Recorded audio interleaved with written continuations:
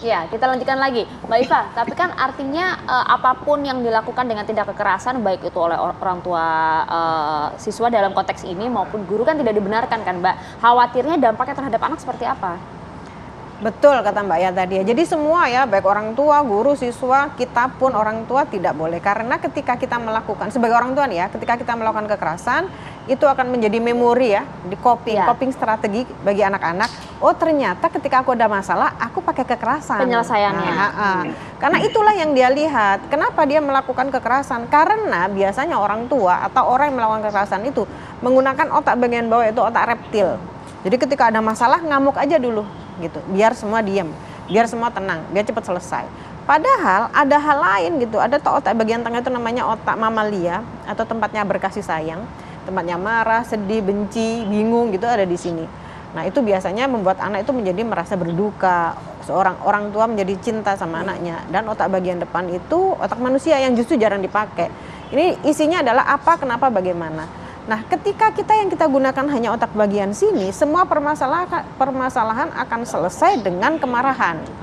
Tapi tidak ada solusi. Nah, padahal dengan kita diam beberapa saat, kita itu sebetulnya memberikan oksigen yang mengarah ke depan untuk menyelesaikan berbagai macam permasalahan. Nah, ketika sudah terjadi kekerasan, yang repot adalah semuanya gitu ya. Nah, orang tua menjadi salah, harapannya kan orang tua memberikan perlindungan kepada anak, tetapi perlindungannya justru menjadi masuk ke ranah pidana. Pidana itu tadi. Baik, saya ke Pak Kapolres ya. Pak Kapolres, kalau tadi Pak Kapolres sudah bercerita soal proses hukum gitu, masih mengumpulkan bukti dan lain sebagainya. Apakah mungkin masih dibuka pintu, katakanlah mediasi satu gitu? Bisa nggak itu Pak? Untuk proses mediasi kami kembalikan kepada kedua pihak, Mas Bayu.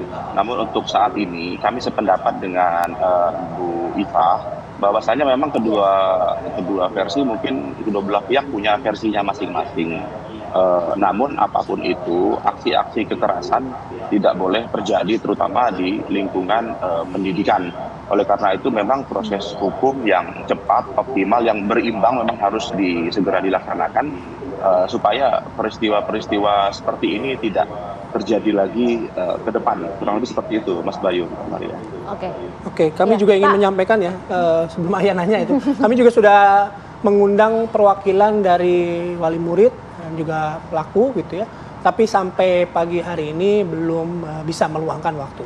Iya, dan sayang sekali ya. Pak, saya mau tanya, Pak, sebenarnya di sekolah itu juga ada tidak sih Pak informasi mengenai bullying yang juga terjadi beberapa waktu terakhir, karena kan itu klaim dari pihak orang tua siswa ya. Apakah juga kebenarannya sudah diketahui oleh pihak kepolisian?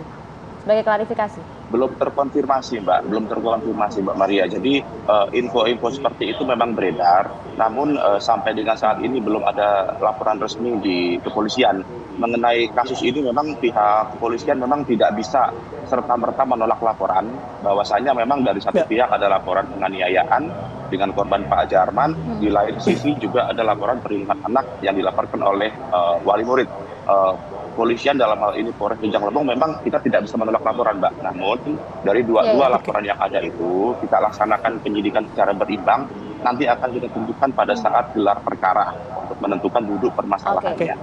Namun sekali lagi, apapun itu, aksi kekerasan memang tidak boleh terjadi. Oleh karena itu penegakan hukum yang tegas, proses hukum yang cepat, berimbang akan segera harus memang kita laksanakan. Begitu Mbak Maria, Mas Bayu.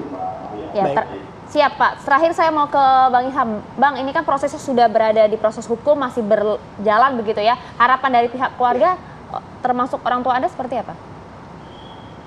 Kalau harapan dari pihak keluarga meminta pelaku dihukum secara hukum yang berlaku di negara ini. Kalau untuk maafkan ya jelas masih berat untuk saat ini Mbak, karena dari kondisi orang tua saya yang sudah setengah buta kan, satu mata lagi yang berfungsi Mbak.